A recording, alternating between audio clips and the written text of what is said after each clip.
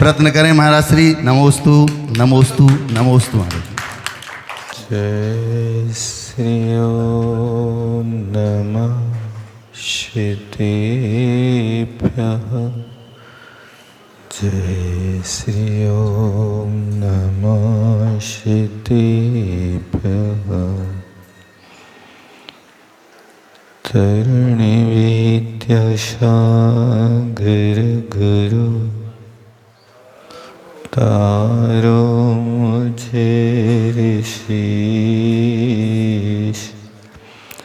करुणा करो कृष्ण आशीष।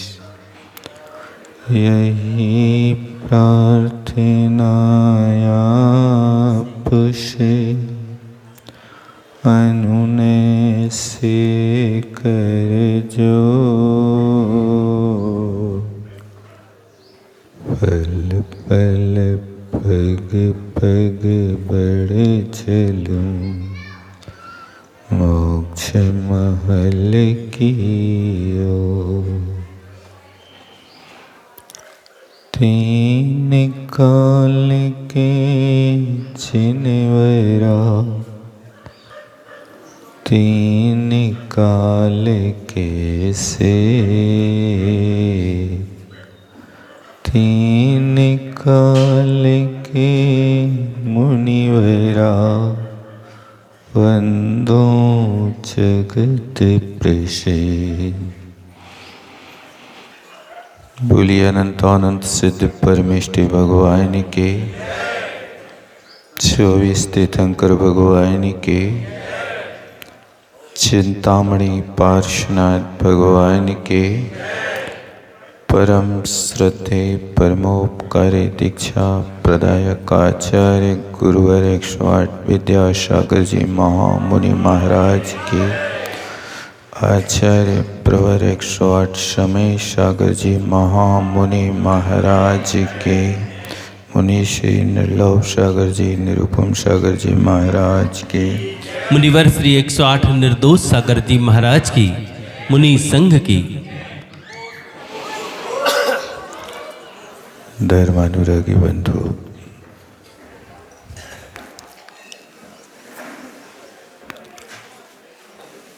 संसार का प्रत्येक प्राणी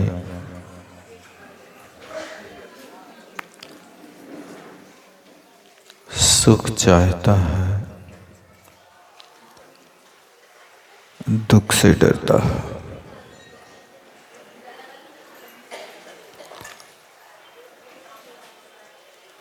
ये बात चैडालाकार ने अपने ग्रंथ लेखन के प्रारंभ में लिखी है। जे त्रिभुवन में जीव अनंत सुख चाहे दुख ते भयवंत।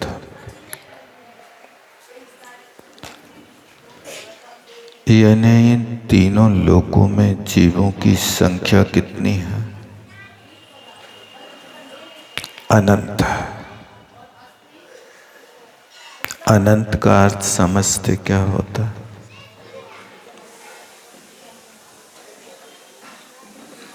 संख्यात से भी अतीत, असंख्यात से भी अतीत।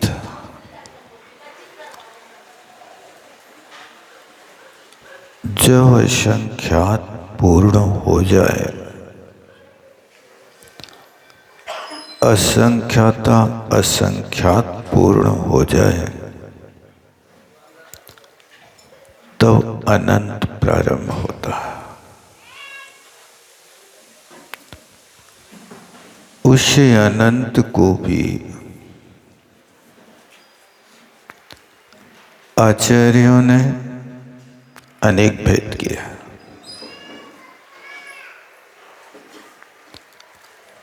एक परीत अनंत होता है और एक युक्तानंत होता है।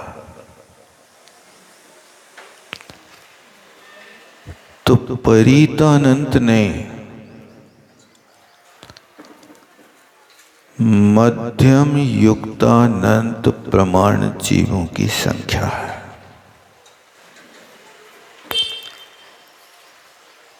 चूंकि ये गणितानुयोग है, आगम में 8 अनुयोग द्वार रखे हैं। उन 8 अनुयोग द्वारों में एक संख्या अनुयोग द्वार है। तत्वार सूत्रों पढ़ते ना आप लोग, सत संख्या क्षेत्र स्पर्शन भाव अल्प बहुत इच्छा। तो संख्या का अर्थ है यहाँ पर कि जीवों की संख्या बताई जा रही कि कितने जीव हैं। तो उन जीवों की संख्या अनंत है और वे सभी जीव सुख चाहते हैं और हर प्राणी दुख से डरता है।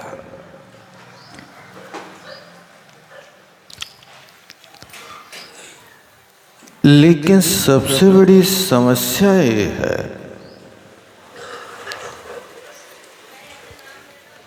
कि सुखी होने के फार्मूला को अपनाता नहीं है और जो दुख के कारण हैं उन दुख के कारणों का सेवन करके सुख खोज रहा है। समझ में आया? यानी जो दुख के कारण है, जिससे व्यक्ति को पता है कि ये दुख का कारण है, अब वो उसी में सुख खोज रहा है, तो इसका मतलब है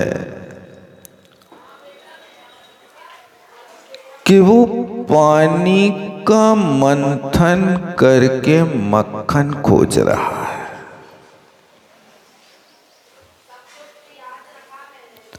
पानी के मंथन से कभी मक्खन मिलेगा कि नहीं मिलेगा? वो ना समझ व्यक्ति दुख के कारणों से सुख खोज रहा है, यानी जहर खा के जीवन जीना चाह रहा है।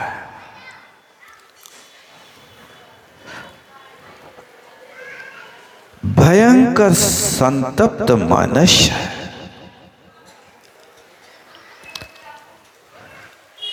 उस संतप्त मानस को अग्नि के बीच बैठ करके शीतलता प्रदान करना चाह रहा है।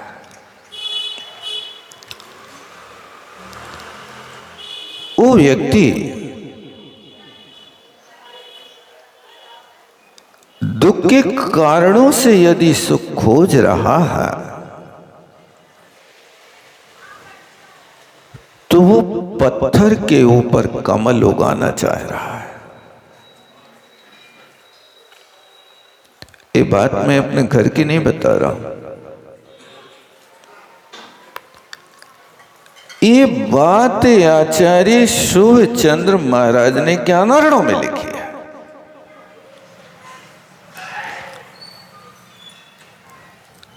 उस व्यक्ति की बात को सुनकर के आपको लगता होगा कि वो कैसा मूर्ख है जो पानी को मत करके और मक्खन निकालना चाह रहा है। भैया, उसकी बात को सुनकर के आप हंसना चाहते हो, लेकिन वो ही दशा तो आप सबकी भी है ना। आप भोगों में सुख चाह रहे हो, जो शरीर रोगों का घर है उसमें रहते हुए आरोग्य चाह रहे हो। जहां पर हमेशा कष्ट का कारण है वहां तुम इष्ट की खोज कर रहे हो, लेकिन लंबी दौड़ तो उसी हो रहा है।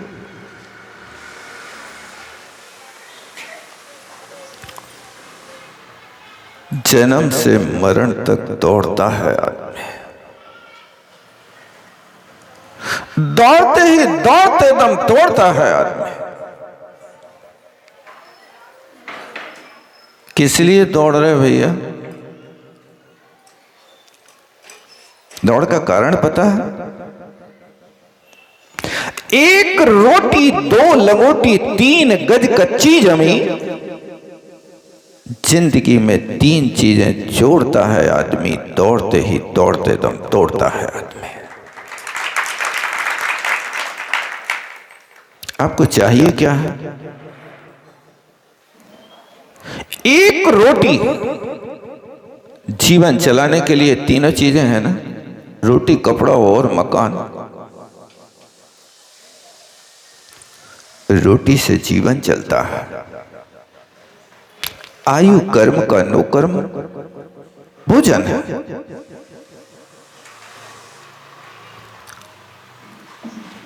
जैसे दीपक को जलाने के लिए तेल की आवश्यकता होती है,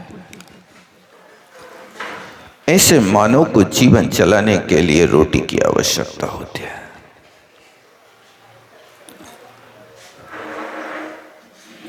और अपनी लाज को ढकने के लिए कपड़ा की जरूरत है। एक रोटी, 2 लंगोटी, और जमीन कितनी चाहिए वैसे आपको? बस जितनी अब कहे ना, एक खटिया की तो जगह चाहिए। आप यात्रा करते हो तो ट्रेन में क्या एक खटिया की भी जगह मिलती है भाई साहब? ट्रेन में कितनी बड़ी जगह रहती है? आधी खटिया। ट्रेन में एक आधी खटिया की जगह पाने को 90 दिन पहले, 90 दिन, 60 दिन हो गए, पहले 90 दिन थे, 60 दिन पहले रिजर्वेशन करा लेता है। और वो आदि खटिया जगह का रिजर्वेशन हो जाए तो कहते आज के समय में लोग हैं सो आनंद मना जैसे कोई के घर में पुत्र उत्पन्न होगा हो बहुत दिनों के बाद। क्योंकि आज के समय में कन्फर्म रिजर्वेशन मिलता नहीं, बड़ी समस्या है, लोग रोते रहते। तो एक रोटी का माने जीवन जीने के लिए एक कारण है। एक ही रोटी नहीं, 15-20 भी खाओ कोई बात नहीं, लेकिन जीने के लिए एक रोटी कारण है, एक कपड़ा कारण है, और छाया पाने के लिए 2 गज की जमीन की जरूरत है। इससे ज्यादा की जरूरत नहीं है। इन 3 चीजों के लिए पूरी जिंदगी भर दौड़ लगाता है।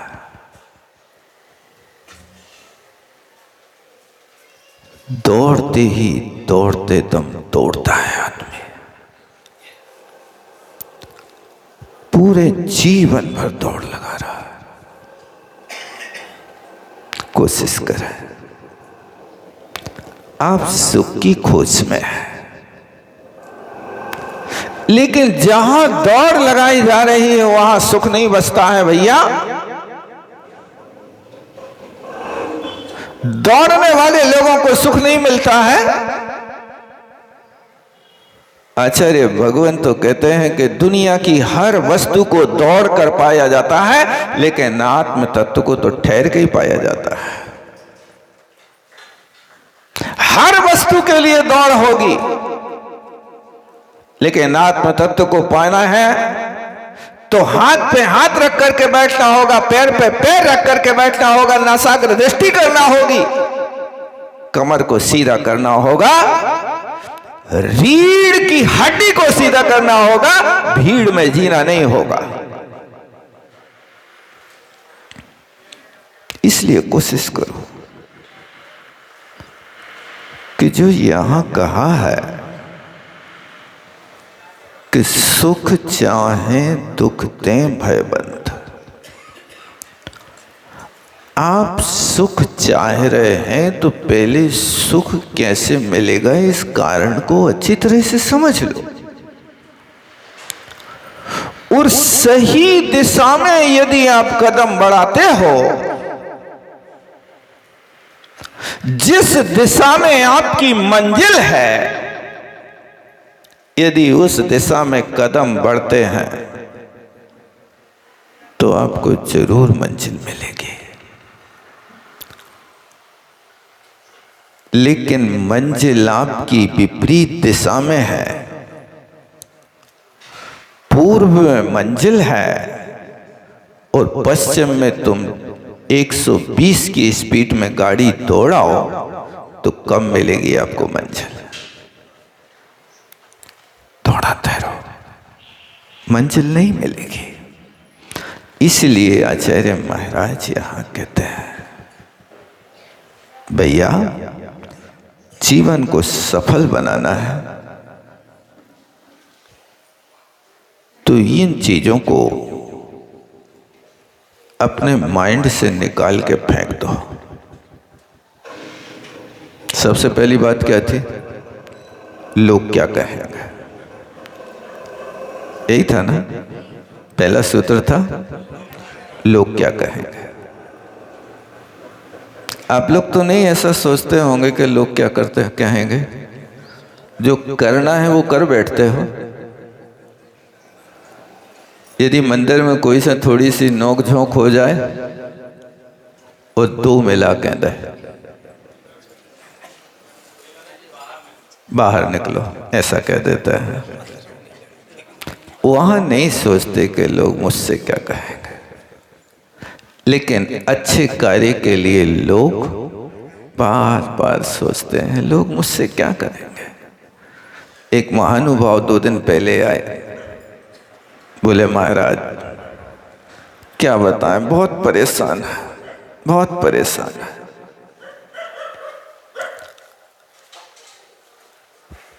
परेशान क्यों? बोले बुढ़ापे में पत्नी मर गई, बेटा सब बाहर रहता, एक नाती और बहू यहां है, सो नाती भी 20 मील दूर जा सर्विस कर बे, बहू को फुर्सत नहीं मिलती, दिन नहीं कटते महाराज। तो मैंने कहा भैया तुम्हें दिन काटने के कर्म काटना है, दिन तो कट ही रहे, आप ऐसा करो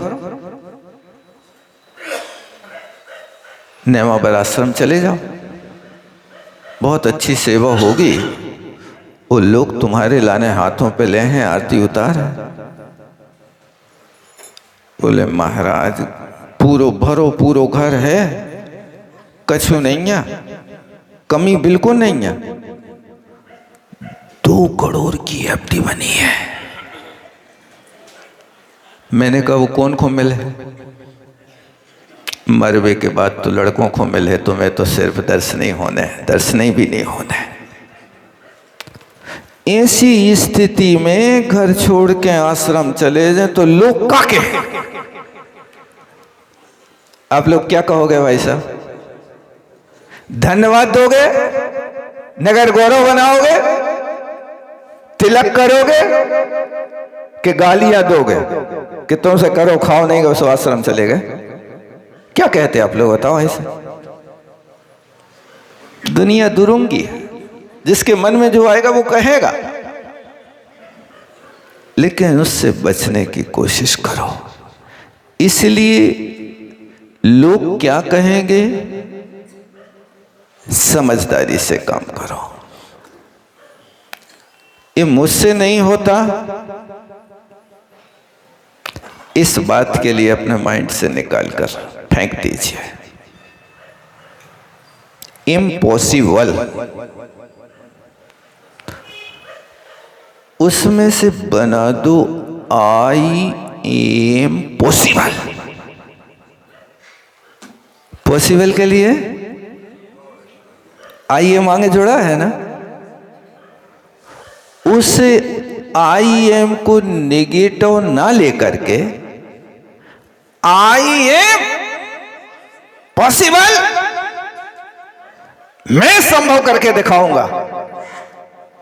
क्या आपके पास संकल्प शक्ति है? जहां संकल्प होता है वहां व्यक्ति के वीर्यांतराय कर्म का क्षय होता है। एक खोटे काम को करने के लिए दुनिया ठान लेवे तो वो आकाश के ताले तोड़ ले आता है। एक वैज्ञानिक ने ठान लिया कि मुझे चांद पे जाना है, वो चांद पे चला गया, फोटो ले आया, मिट्टी ले आया, और उसके कहने से तुम लोगों ने फ्लाइट बुक करा ले, हमें भी चांद पे जाना। रेट पहुंचा था कि नहीं पहुंचा? कितने को एक फ्लाइट में रहो तो वैसे, और काय पे जो हो बताओ तो दो पहले, तुम्हारे पास कोई पुष्पक विमान है कि नहीं है? रावण के पास तो था पुष्पक विमान, अब वो किराए का मिल भी रहा कि नहीं मिल रहा, ये भी देख लो। इसलिए आप चांद पे जा सकते हो। और कई लोग कहते हैं कि तुम जहां सोचो वहां पानी खोद लो। बिल्कुल ठीक है, कर सकते हो, लेकिन अच्छे कार्य के लिए, जीवन को सुखी बनाने के लिए आप ये कैसे कह देते हो कि ये मुझसे नहीं होगा? घर में रहते हुए गृहस्थ अवस्था में भी आप ये नहीं कर सकते कि किसी प्राणी को नहीं मारना भैया।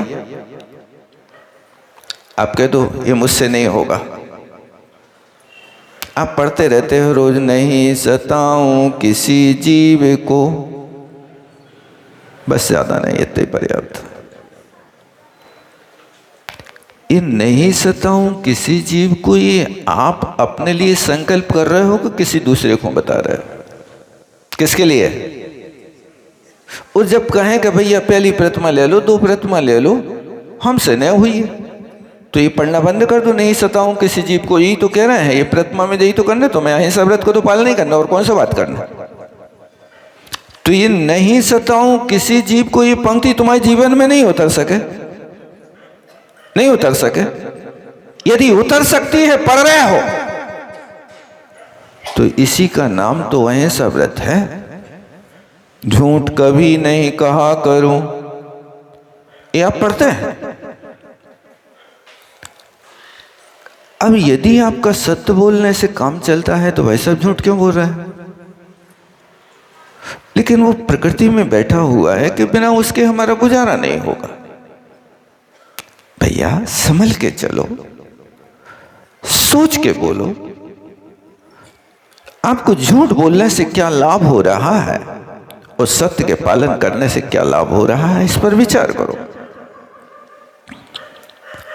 इसलिए अच्छे कार्यों के लिए कभी मत कहना कि मुझसे नहीं होगा।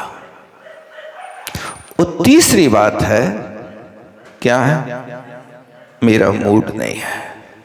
मेरा मूड नहीं है, ये तो आलसियों का काम है। आलसी से कहो कि भैया कुछ काम करा करो, पड़े पड़े खा रहे हो, तो वो आलसी कहता है भाई साहब हमें ये बताओ कि अजगर करे ना चाकरी, पंछी करे ना काम, दास मलूका कह गए सबके दाता राम। अजगर कौन सी नौकरी करवे जाते भाई साहब? पक्षी कौन सी नौकरी कर रहे हैं? लेकिन पेट भर रहे हो कि नहीं भर रहे हो उनको? आप हमारे लिए काम के लिए प्रेरणा कर रहे हो, ये आलसियों का काम है।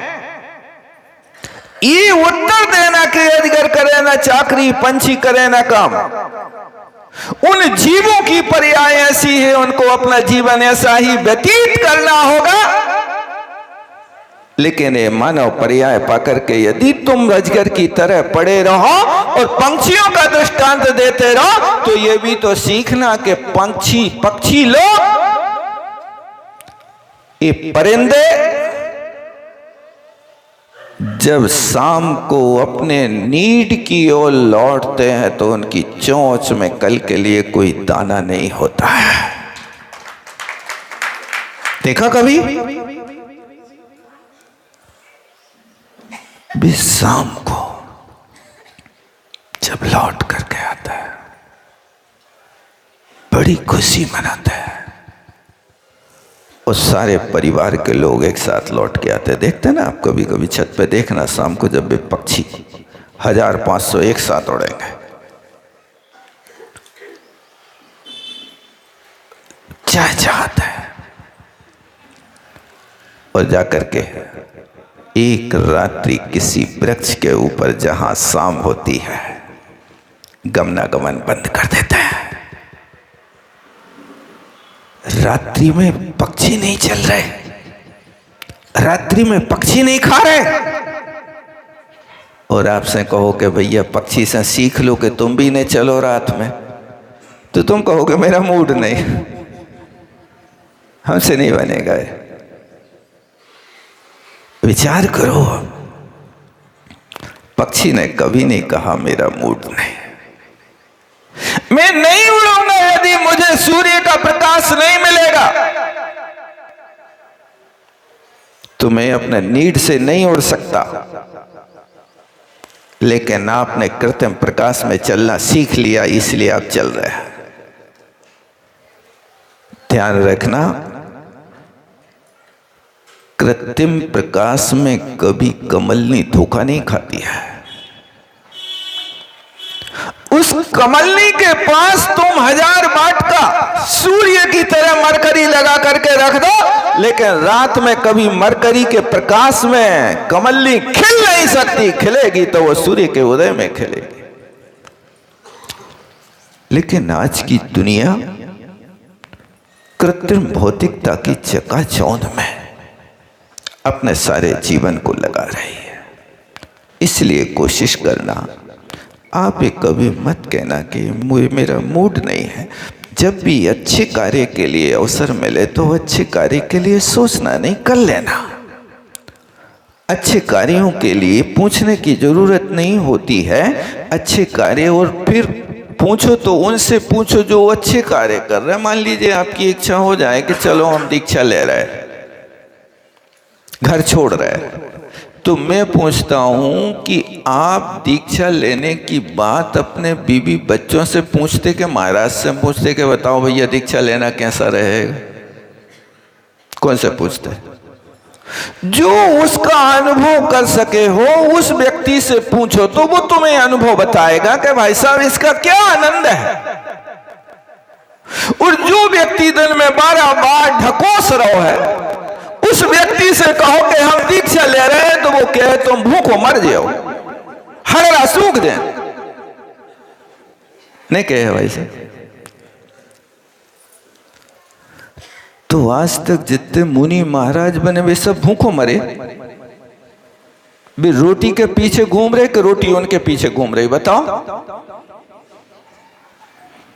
तो तुम सलाह ले रहे हो, लेकिन सलाहकार तुम्हारा योग्य नहीं है। तुम योग्य व्यक्ति से सलाह नहीं लेते हो। बस तुम्हारी दशा ये है कि तुम्हें जीरे चाहिए हो और कपड़ा की दुकान पे जा रहे हो, दूध चाहिए और मनिहारी की दुकान पे जा रहे हो। तुम्हें सही ज्ञान नहीं है कि हमारे लिए कौन सी वस्तु कहां पर मिलेगी।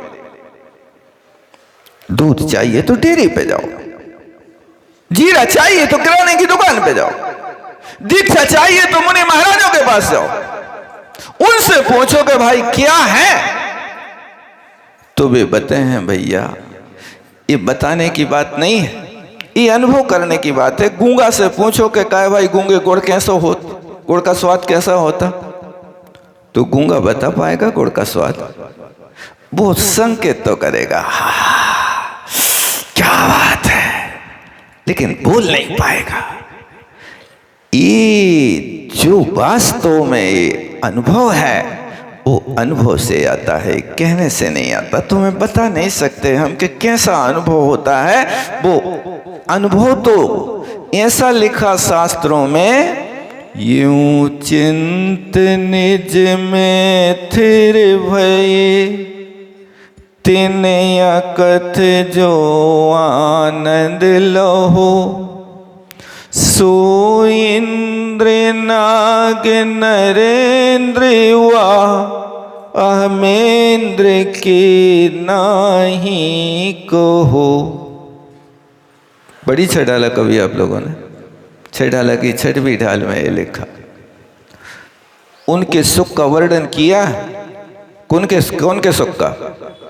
उन मुनि महाराजों के सुख का वर्णन किया कि यूं चिंत निज में थिर भाई, जो अपनी आत्मा के चिंतन करने में स्थिर होते हैं और उस स्थिरता में जो सुख होता है वह सुख इंद्र धरणेन्द्र नागेंद्र को नहीं होता, अहमेंद्र को नहीं होता, उनसे भी अनंत गुणा सुख उन मुनि महाराजों को होता है।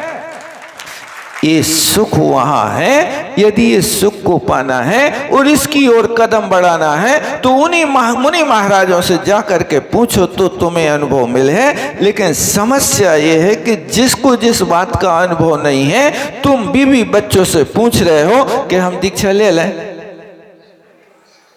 बताओ क्या कहोगे? तो बेजे क्या है कि तुम्हें दीक्षा लेने थी तो हमारा जीवन का हो खराब करो। यही कहते कि नहीं कहते भाई साहब, ईमानदारी से बताओ ना। अब तुमने कबो आज तक कही नहीं कि हमें दीक्षा लेना सुविका क्या है, लेकिन एक आध बार मन तो ले लेना भाई साहब उनसे। प्रद्युम्न कुमार जी महावीर नेमिनाथ भगवान के समोसरण में संसार की असारता को सुन करके आए, सो उनको बहुत बैराग हो गए। अब बैरागी हो गए सो सोच रहे थे कि चलो ये तई दीक्षा ले ले। लेकिन उनने सोचा कि शास्त्रों में लिखा है कि दीक्षा लेने के पहले एक बार परिवारजनों से क्षमा याचना कर करके सबको संतुष्ट करके फिर उसके बाद जिसको जो चाहिए धन धरती जो मुख से मांगे सो सब दे संतोष है। दीक्षा लेने के पहले भी मांग करने लगते ना कि हमें जो दे दो जो दे दो जो दे दो, हो भैया धन धरती जो मुख से मांगे, जो चाहिए तुम्हें, 1 मकान 2 मकान 5 लाख 10 लाख जो चाहिए वो ले लो। सो उनको देखें, सबको संतोष करो। यदि उनको नाराज करके जे हो तो भी कमट की तरह पत्थरा बरसे, इसलिए उनको संतुष्ट कर लो। नहीं तो बहुत मुश्किल होता, परिवार का चलाना बहुत मुश्किल होता है। इसलिए अपने जीवन को सुखी बनाना है तो बस इतने काम करना, भूले को पथ दिखलाना, भूले को पथ दिखलाना, भूखे को भोजन कराना, रोगी को दवा खिलाना और रूठे को 100 बार मनाना, रिश्वत में हाथ न लगाना और कर्तव्य को सदा निभाना। याद हो गया? अभी तो सुनी है एक बार, अभी तो कोरे माटी के घड़ा पे पानी की बिंदु पड़ी है, यही है ना। अभी तो बार बार डालो जे बिंदु, तब जाकर के गीली हुई है वो घड़ा। तो सबसे पहले क्या करना? भूले को पथ दिखलाना। आप भूले हो कि भोले हो? भूले हो कि भूले हो? भूले हो ना। काय से भूले हो? काय में भूले? अरे आप जानते तो हो कि मोह मोहम्मद पियो अनादि भूल आपको भरमत बादी। ये मोह की मदरा अनादि काल से पी रखी है, उससे अपने आप को भूलते हैं, दुनिया को जानते हैं, अपने आप को नहीं जानते। दुनिया का पता है, अपना स्वयं का पता नहीं है। हम स्वयं अपने आप को नहीं खोज पाते हैं। हर चीज पता है लेकिन अपना स्वयं का पता नहीं है। कोशिश करो, भूले को पथ दिखलाना। हमारी आत्मा भूली है, इसलिए उसको रास्ता दिखाओ। रास्ता कौन दिखाएंगे? गुरुजन दिखाएंगे।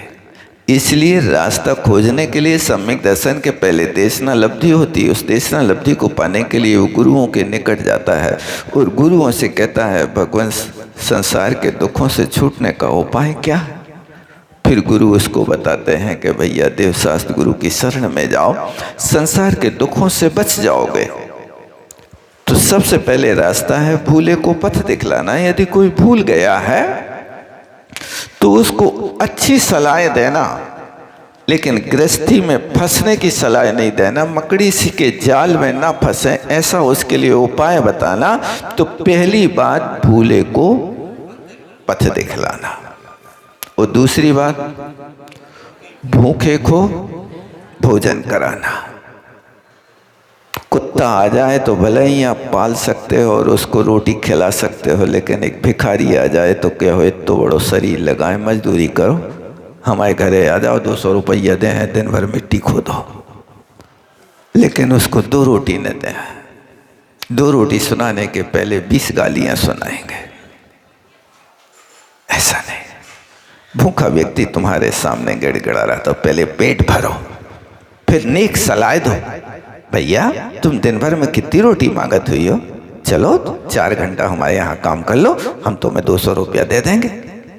भूले को पथ नहीं दिखला सकते, नेक सलाह नहीं दे सकते, सामने वाले व्यक्ति के साथ योग्य व्यवहार नहीं कर सकते, नहीं कर सकता है।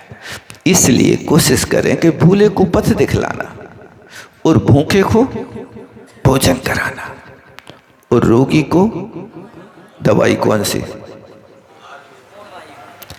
ध्यान रखना, एक संवेदना बातों से भी होती है, आयुर्वेद से होती है। नहीं तो तुम पकड़ के डॉक्टर के यहाँ ले जाओ। एक जगह लिखा था भाई साहब, डॉक्टर लोग बुरा नहीं मान जाइए, वहां लिखा था कि यदि तुम बीमार हो जाओ तो डॉक्टर को दिखाना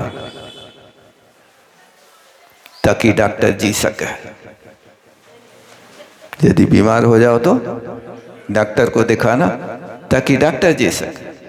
और डॉक्टर दवाई लिखे तो तुम दवाई खरीदना ताकि विक्रेता जी सके। और तुम जो दवाई खरीद के लाए उस दवाई को तुम नहीं खाना ताकि तुम जी सको। क्योंकि आज लोग दवाई खा के मर रहे हैं। ऐसा हो रहा कि नहीं हो रहा? एक बार की बात है भाई साहब, एक व्यक्ति अपने जीवन से बहुत परेशान हो गए, बहुत परेशान हो गए। तो परेशान व्यक्ति सोचता है कि अब जीने से क्या लाभ है, चलो जहर खाओ, अपनी जिंदगी पूरी करो। अब वो व्यक्ति बाजार में गया और जहर लेकर के आया और सारी व्यवस्था तंदुरुस्त कर दी उसने। घर के दरवाजे खोल दे, कि मर जाए तो दरवाजा कौन खोले, ये दरवाजा फाड़ के फेंक दे। इसलिए दरवाजे खुले पड़े रहे और जहर खा के बढ़िया सो गया। और 6 घंटा बाद उठा तो बिल्कुल चंगा, जहर औषधि का काम कर गया। उसने खुशियां मनाई, दिवाली मनाई। उसने कहा देखो भगवान को भी हमारा मरण इष्ट नहीं है, इस खुशी में चलो पेड़ा खाओ।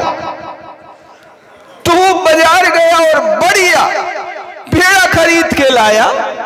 वो पेड़ा खा के सोया से वो आज तक नहीं उठा भाई साहब। पेड़ा खा के मर गया और जहर खा के जी गया। ये पंचम काल की बलहारी है, सावधानी रखना। इसलिए रोगी को दवा खिलाना, लेकिन सोच समझ के खिलाना। क्या खिलाना है? जैसे श्री कृष्ण ने देखा कि मुनि महाराज बीमार हैं, उन मुनि महाराज के लिए अपने हाथ से औषधि तैयार की थी। तो भले ही त्रिफला हो या त्रिकुटा हो, अपने हाथ से कूट करके पूरे नगर में लड्डू बांटे और कहा कि जिस भी चौके में महाराज का पड़गाहन हो जाए, आज तुम्हें औषधि चला देना। ये औषधि अपने हाथ से रोगी को खिलाना, इसी का नाम है औषधि दान। और इसी दान से होते हैं तीर्थंकर प्रकृति का बंध। इसी का नाम बैया वृत्ति है। तुम रोज पढ़ते हो, निस्दिन बैया व्रत करैया, सो निश्चय भव नीर तरैया। 16 कार्य भावनाओं में 15 भावनाओं में ये बात नहीं लिखी, लेकिन वैयावृत्ति करने वाले के लिए लिखी कि निस दिन, कभी कभी नहीं, संडे मंडे नहीं तो तुम्हारा तो वह संडे होवे या मंडे, बस एक आध दिन फ्री रहते हो सप्ताह में। सो जिस दिन फ्री रहते हो उस दिन बढ़िया सुख की नींद लेते हो। तुम्हारा लड़का बच्चा भी जिस दिन संडे होता है उस दिन मम्मी से कहते हैं आज जगह क्यों नहीं 12 बजे तक, कहते कि नहीं कहते? बच्चे भी कह रहे हैं, क्योंकि तुम्हारा छुट्टी का दिन सोने में जा रहा है। छुट्टी का दिन तुम अपने आत्मनिरीक्षण में नहीं निकाल रहे हो कि आज छुट्टी का दिन है। 6 दिन हम आजीविका के लिए निकालते हैं, 6 दिन हम बाल बच्चों को पालने में पोषण में निकाल देते हैं, तो एक दिन अपने लिए तो दे दो कि आज छुट्टी का दिन हम पूरे दिन भगवान के यहाँ बैठ करके बढ़िया विधान करेंगे, संतों का समागम करेंगे, प्रवचन सुनेंगे और अपने कलमस धोएंगे। ये बात नहीं आती है। लेकिन जिस दिन छुट्टी का दिन होगा उसी दिन आप 12 बजे उठोगे और उठ करके 5 स्टार में जाओगे और वहां जाकर के बढ़िया 2-5 हजार का मुंह पहुंच के आ जाओगे। यही होता है ना। छुट्टी का दिन है, आज तो खाने पीने का दिन है। ये जीवन में सुखी होने का उपाय नहीं है। कोशिश करो कि आप अपने जीवन को थोड़ा सा परिवर्तित करो। तो भूले को पथ दिखलाना, भूखे को भोजन कराना, रोगी को दवा खिलाना और रूठे को 100 बार मनाना बहुत कठिन है। रूठे को कितनी बार मनाते हैं आप लोग? एक आध बार भी मनाते कि नहीं मनाते? ईमानदारी से बताओ कितने बार आपके घर में मान लो आपका कोई परिवार का व्यक्ति रूठ जाए, आपका भैया रूठ जाए,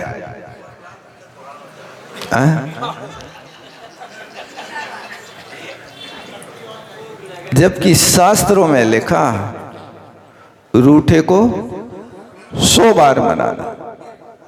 जैसे कृष्ण ने शिशुपाल को कितनी बार क्षमा किया था? 99 बार क्षमा किया था। क्या आपके जीवन में ये सूत्र लागू हो रहा है कि आपके परिवार का आपका भाई यदि रूठ जाए तो आप उसको एक कहते हो कि भैया आप अब यहां से अलग तो नहीं हो सकते हो?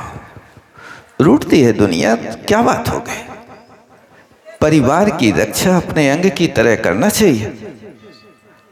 जैसे कोई व्यक्ति का हाथ टूट जाए, बहुत पीड़ा हो रही हो, बहुत पीड़ा हो रही हो, असहनीय पीड़ा हो रही हो, तो मैं पूछता हूं कि वो व्यक्ति डॉक्टर के पास जाकर के डॉक्टर से कहता है भाई साहब हमसे सहन नहीं हो रहा, अब हम हाथ तो काट दो। तो ऐसा कहता कोई? अब हमसे सहन नहीं हो रहा।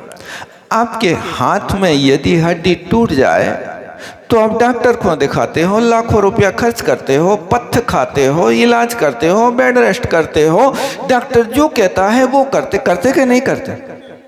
सब कुछ करते ना। यानी आप अपने शरीर के एक अंग की रक्षा के लिए लाखों उपाय कर रहे हो।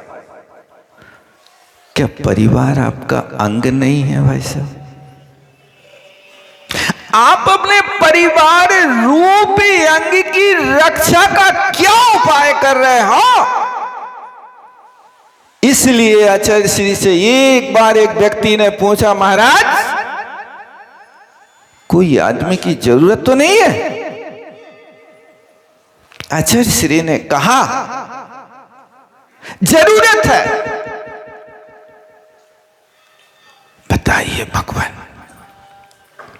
भैया मुझे ऐसे आदमी की जरूरत है, ऐसे इंजीनियर की जरूरत है,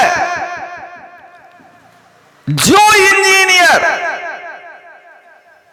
बहती हुई आंखों से अश्रुधारा के सागर का बांध बांध सके, टूटते हुए दिलों की दीवारें जोड़ सके, व्यसन युक्त आत्माओं को व्यसन मुक्त कर सके,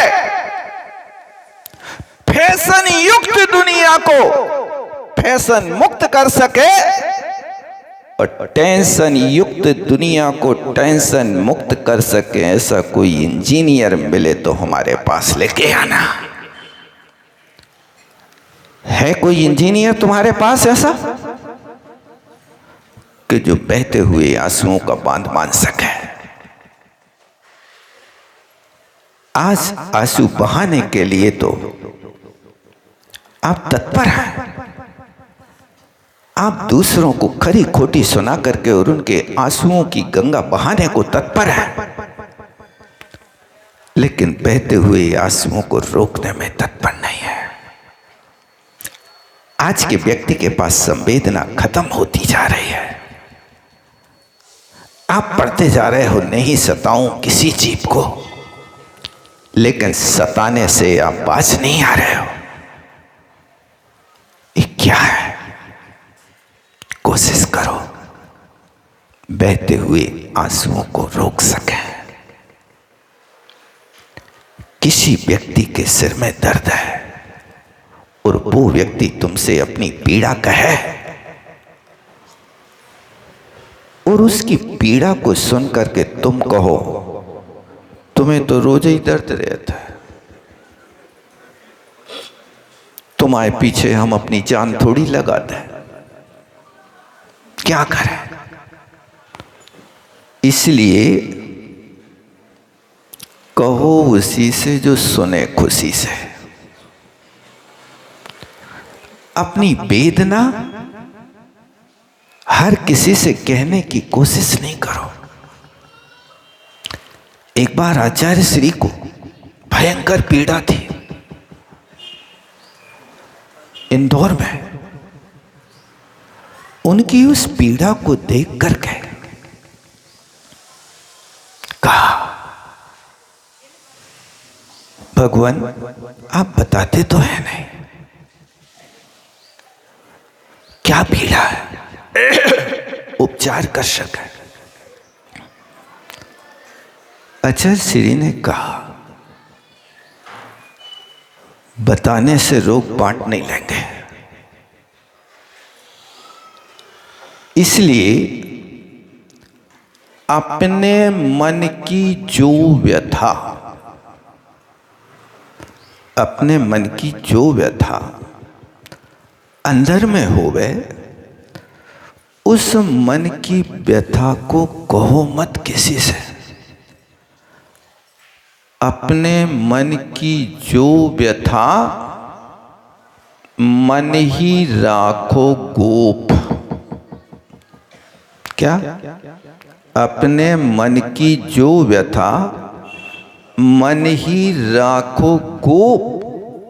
सुन इठले हैं लोग सब, बांट न ले हैं कोई। अपने मन की जो पीड़ा है, तुम जिसको सुनाओगे वो बांटेगा नहीं, वो तुम्हें उपदेश देगा। जे कर्म पूरब किए खोटे सो सहो बेटा, तुम्हें तो करे हैं, ऐसे ही कहते हैं ना। अब जो कर्म करे हैं सो भोगने पड़े हैं। जब सामने वाला तड़प रहा है तब तुम्हें पंडितियाई आ रही, दवाई समझ में नहीं आ रही, भैया वृत्ति समझ में नहीं आ रही, अब पंडितियाई कर रहे हैं। क्या तुमने उसको ये उपदेश दे दिया कि जे कर्म पूरब किए खोटे, उस पीड़ा के काल में वो तुम्हारे उपदेश सुनेगा कि तुमसे कहेगा तुम अपनी शकल न दिखाओ, बाहर हो जाओ? इसलिए आचार्य श्री ने अनुभव की बात कही थी। अपने मन की जो व्यथा मन ही राखोगो, सुन इठले हैं लोग सब, बांट न ले हैं कोई। दुनिया बड़ी विचित्र है, इसलिए जैसी भी स्थिति में हो सहन करो। रहते सहते कहते कुछ ना, भीत नहीं मानस तल में। पीड़ा है लेकिन किसी से कुछ कहते नहीं है, सहन करो। कब तक सहन कहें? जब तक मोक्ष ना हो जाए तब तक सहन करो। पारसनाथ भगवान पर रोले सोले पत्थर पानी बरस रहे थे, तुमसे कहवे आए थे भैया कछु तो उपाय करो, एक छत्ते ही लगा दो। पद्मावती के लाने फोन करो तो कि हमने तुम्हें नाग नागन की अवस्था से जलते समय बचाओ, तो अब तुम कहा नहीं आ रहे, इतनी देर काय कर रहे हैं, हमें ऊपर इतो कमठ उपसर कर रहे हो। कहा था कि नहीं कहा? इस सूत्र अपनाया था। रहते सहते कहते कुछ ना, वैसे ही होना। जिसे सहना आ गया उसे रहना आ गया, जिसे पचाना आ गया उसे जीना आ गया, और जिसे मुस्कुराना आ गया उसे अपना बनाना आ गया। अपना बनाना है तो मुस्कान दे करके बनाओ। यदि अपना बनाने के लिए तुम लोगों को मिठाई खिलाओगे तो वे कहेंगे आज ये बड़ा कंजूस है, ये कई प्रकार की मिठाई खिलाई, इसको तो कम से कम 4 प्रकार की खिलाना चाहिए था ना। खाके लोग मुंह पोंछ हैं और गालियां दें। इसलिए खिलाने से कम व्यवहार से लोगों के दिल जीतो। इसलिए भूले को पथ दिखलाना, भूखे को भोजन कराना, और रोगी को और रूठे को सोवार मनाना। यदि तुम्हारे परिवार में कोई रूठ गया, रूठते तो रहते ही हैं, नहीं रूठते रहते हैं? दिन भर चलता, क्या करें। हम तो आप लोगों की दशा देख खूब वैराग्य प्राप्त करे थे कि बेचारे कितने सहनशील मुनि महाराजों के तो 22 ही उपसर्ग हैं, और एक साथ आ जाए तो 19 आएंगे, 22 नहीं आएंगे। 22 आएंगे तो समय समय पे आएंगे, लेकिन एक साथ आ जाए तो 19 आ जाए। लेकिन आप लोगों के कितने उपसर्ग हैं और बड़े हंसते हंसते सहन करते हैं। मैं तो कहता हूं इतने यदि हंसते हंसते मोक्ष मार्ग में उपसर्ग सहन कर लो तो तुम 3 भाव में मोक्ष चले जाओगे। कोशिश करो। कहां संतुष्ट दुनिया को कर पाते हो ऐसा। एक व्यक्ति था, उसकी पत्नी यदि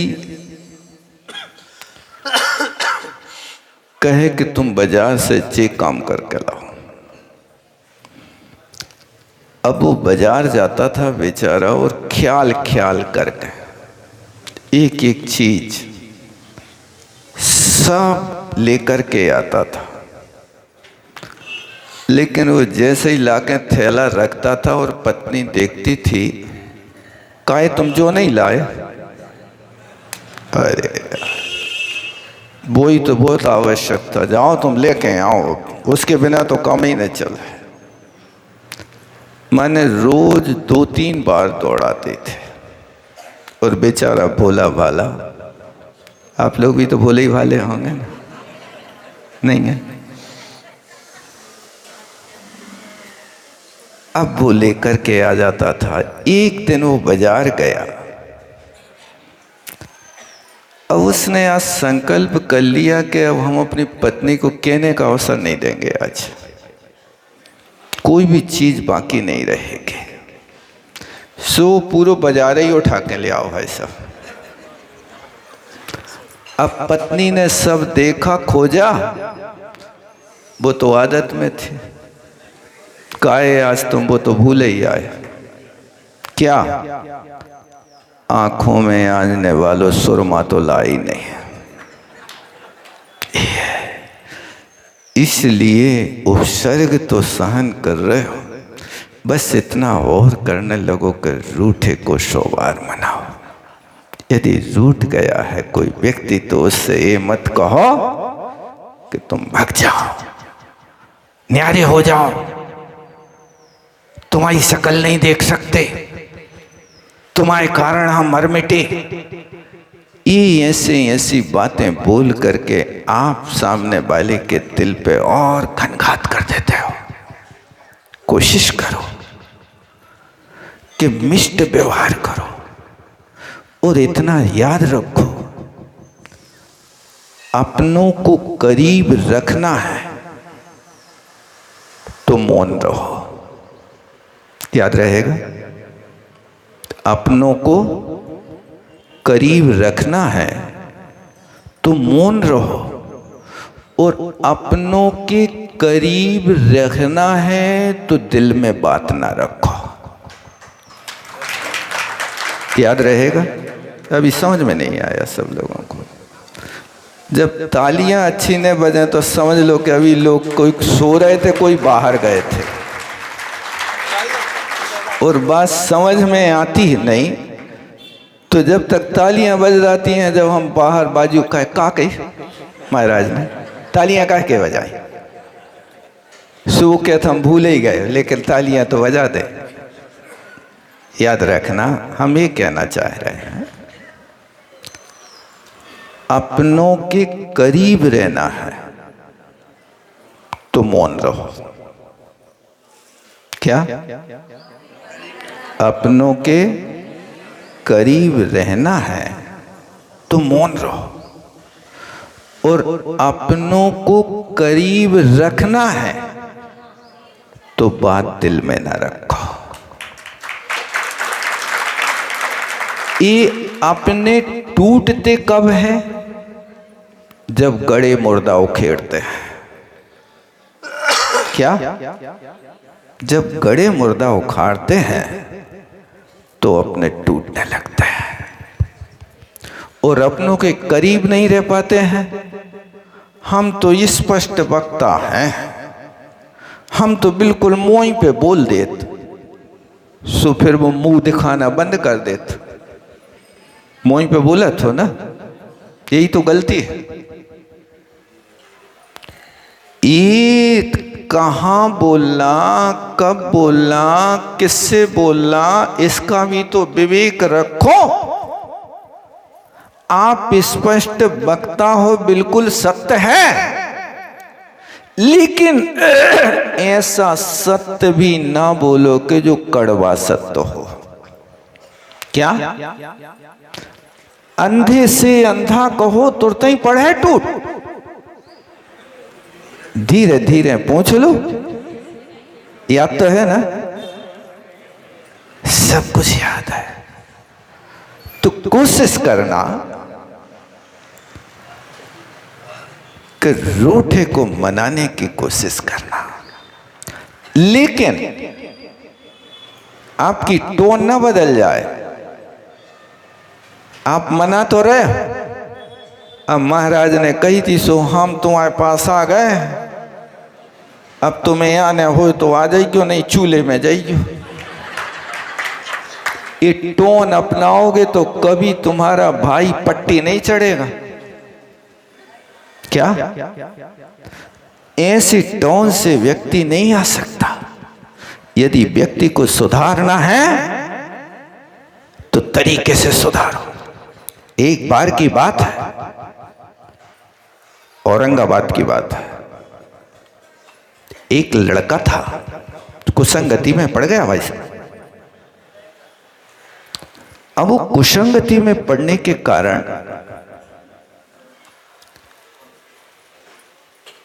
वेश्या से भी हो गया। यहां तक स्थिति बिगड़ गई कि वो इतना व्यसनी हो गया, इतना व्यसनी हो गया कि घर के लोग धुतकारने लगे और वेश्या पुचकारने लगी। तो उसने घर का त्याग कर दिया और वेश्या के यहां रहने लगा। दादा को बड़ी टीस थी, कि हमारे हरे भरे वृक्ष की एक डाल सूख गई। मेरे रहते हुए मैं अपने वंश के वृक्ष की डाल को सूखने नहीं दूंगा। एक परिवार में यदि एक व्यक्ति ठान लेता है तो परिवार एक झंडे के नीचे रह सकता है। बस संकल्प हो। और हुआ है, वो लड़का वहां रहने लगा और उसने अपने परिवार से नाता बिल्कुल तोड़ दिया और यहां वेश्या के यहां ही अपना जीवन गुजारा करने लगा। कुछ काल व्यतीत होने के बाद परिवार में एक लड़के की शादी आ गई। जब शादी का संबंध हो गया, वो दादा के पास बैठकर के परिवार ने राय सलाह की तो ये हुआ कि सब सलाह मुसर्रा होने के बाद दादा ने बात रखी, भैया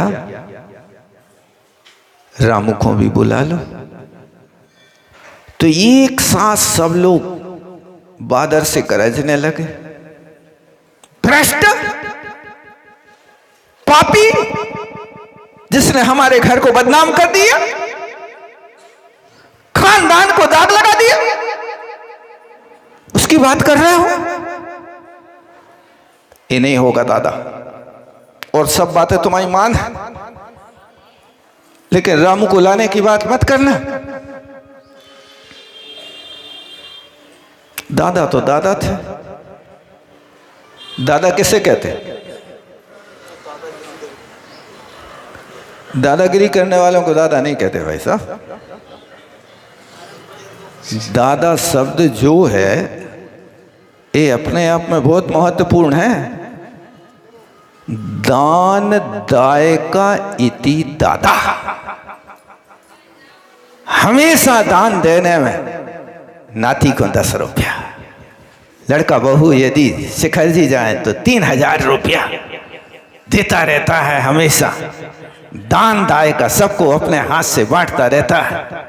नाती एक गिलास चाय ला करके पिला दे तो आधी गिलास चाय उसको पिला दे, 4 आना उसको दान दे दे। इसलिए तो कहते दादा।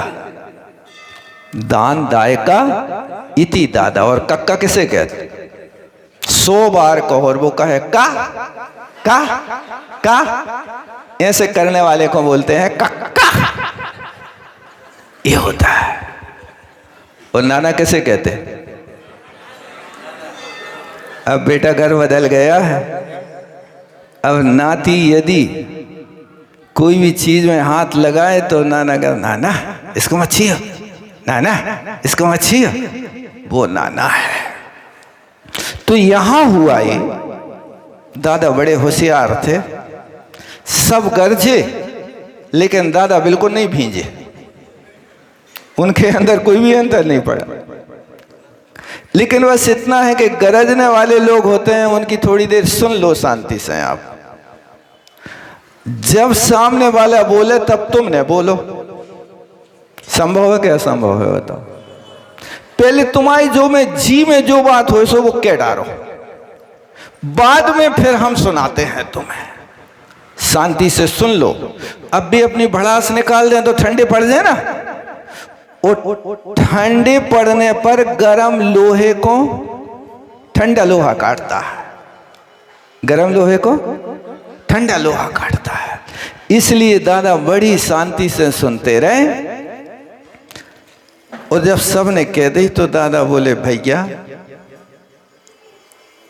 यदि रामू के बिना ब्याह कर हो तो हम न रह पाए शादी में, हम तो शिखर जी चले जाए। अब बताओ तुम्हें कैसो लगे?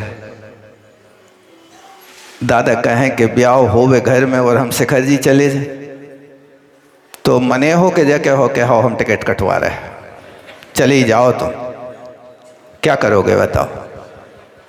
अब तुमाओ जी क्या भी देवे और तुम सोच भी लो कि शिखर जी चले जाए तो समाज तो तुम्हारे पास है, इतनी बातें सुने हैं कि कान पक जाए। दादा कहाँ गए? उत्तर तो देने पड़े।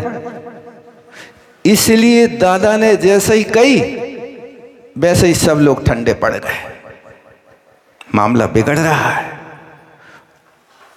तो दादा ने कही, भैया देखो गलती तो सबसे होता है, गलती तो हुई है। वो लड़का चला गया है, आखिर है तो अपनी खून। जाओ भैया उसको पत्र दे आओ, निमंत्रण दे आओ। हाँ ठीक है, दे आते हैं, मामला बिगड़े ने खुशी खुशी विवाह हो जाए। इसलिए दादा के कहने से परिवार का एक लड़का गया पत्र देने, और पत्र दिया तो ऐसे दरवाजे पे खड़े होकर के फेंका पत्र और कहा, रामू दादा ने कही है सो तुम्हें निमंत्रण है, लेकिन सोच लियो कि तुम शकल दिखा पाओ कि न दिखा पाओ रिश्तों में। दादा का कहना है इसलिए आ जाइए। और इतनी कह के वो वापिस हो गया। ठीक है। रामू ने जितनी बातें सुनी सब कान पे से उड़ा दें, एक भी नहीं सुनी। ऐसे घर में कहा जाना, वहां न जाइयो, तुलसी तहां न जाइए, कंचन वर्षे में आवत ही हर से नहीं, नैन नहीं सने। उस घर पे पट्टी नहीं रखना कि जहां आते स्नेह ना होवे, आंखों में स्नेह ना बरसे, वहां नहीं जाना। जाने नहीं, पत्र पढ़ के फेंक दिया, फाड़ दिया। दूसरे दिन दादा से पूछा, बेटा रामू को बुलाया, पत्र दे आए दादा? क्या कहा? चुप्पी साध लई, का के है और वो नहीं आए। ऐसा कहा उसने कि हम नहीं आएंगे? नहीं कहा, नहीं, कोई बात नहीं।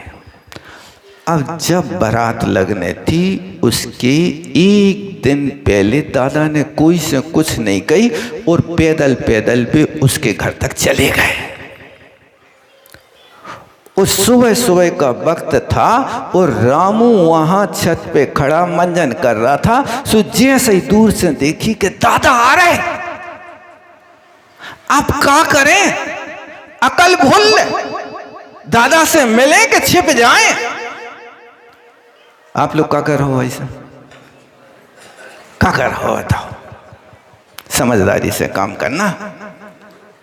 दादा द्वार पे आए हैं, बूढ़े आदमी है, घर के मुखिया हैं, इनकी आज्ञा को पालन करने सुबह आया और दादा दरवाजे तक नहीं आ पाए और उसके पहले नीचे उतर करके रोड पे जा करके दादा के चरणों में अष्टांग नमस्कार किया।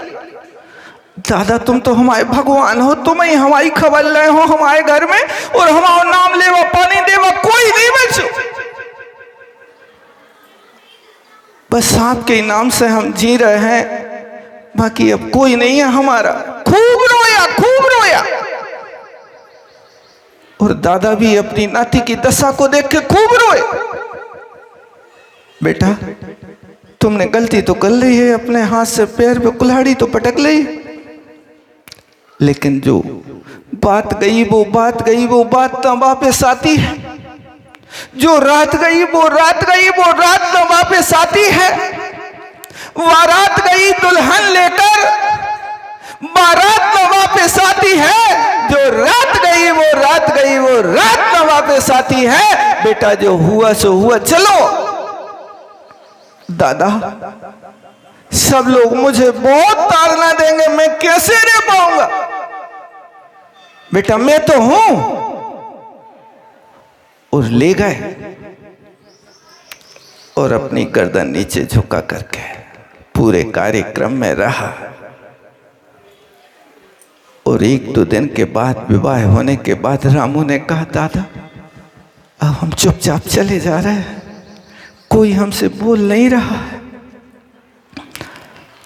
दादा ने फिर मीटिंग बैठा ली, सारे परिवार के लोगों को बैठाला, उस सब के सामने रामू के लिए उपदेश दिया कि बेटा देखो, अपन जैन हैं, अपने यहाँ जन्म से छान कर पानी पिया गया, पर स्त्री सेवन का उपदेश दिया गया, तुम कुसंगति के कारण तुमने ये काम कर लिया, बहुत अनर्थ हो गया, अब तुम कुछ योग्य नहीं बचे। लेकिन जीवन का कोई ठिकाना भी तो नहीं है। दादा के मीठे मीठे उपदेश को सुन करके रामू के हृदय में आज ऐसा परिवर्तन हुआ, ऐसा परिवर्तन हुआ, जिस परिवर्तन को देख करके दादा के साथ पूरे परिवार के चरणों में मस्तक रखा और कहा कि मेरे भाइयों, मेरे अपराध को क्षमा कर दो, मैं पापी हूँ, दुरात्मा हूँ, दुष्ट हूँ, मैंने भूल में ये काम कर लिया। अब मैं आप लोगों के चरणों में रह करके आपकी साक्षी पूर्वक इन पापों का त्याग करके अब शांति से जीवन गुजारा करना चाहता हूँ। आप लोग मुझे ये स्थान दे दें, जिस कोने में कहेंगे उस कोने में पड़ा रहूंगा। दादा तो उसी समय फूट फूट करके रोने लगे, बेटा कोना नहीं, एक महल है, तुम रहो। अब आने के बाद आगे ये स्थिति हुई कि उस लड़के को इतना पश्चाताप हुआ, इतना पश्चाताप हुआ कि वो लड़का बैरागी नहीं मुनि बन गया और मुनि पासागर बना हो। इसलिए रूठे को 100 बार मनाना। क्या तुम्हारे अंदर इतनी ताकत है कि रूठे को 100 बार मना करके एक वेश्यागामी को मुनि बना दो? इसके लिए साधना की जरूरत है, सहिष्णुता की और धैर्य की जरूरत है। कोशिश करो, समय हो रहा है।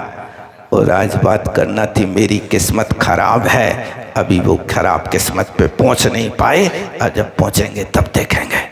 बोलो आचार्य गुरुवर विद्यासागर जी महाराज। बोलिए मुनिवर श्री 108 निर्दोष सागर जी महाराज की। सभी लोगों से निवेदन की मात्र 2 मिनट का समय आप सभी से चाहिए, आप अपने स्थान पर बैठ जाएं।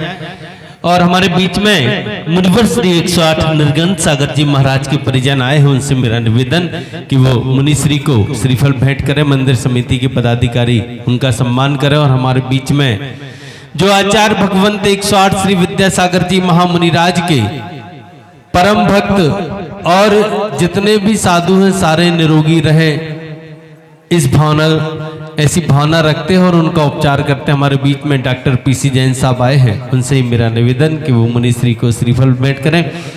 और आज मंदिर समिति के पदाधिकारी कल मेरे पास आए थे कि महाराज श्री से ग्रीष्मकालीन वाचरा के लिए निवेदन करना है, महाराज श्री से चातुर्मास के लिए निवेदन करना है। तो मैंने कहा ना मैं ग्रीष्मकाल की बात करूंगा, ना मैं चातुर्मास की करूंगा।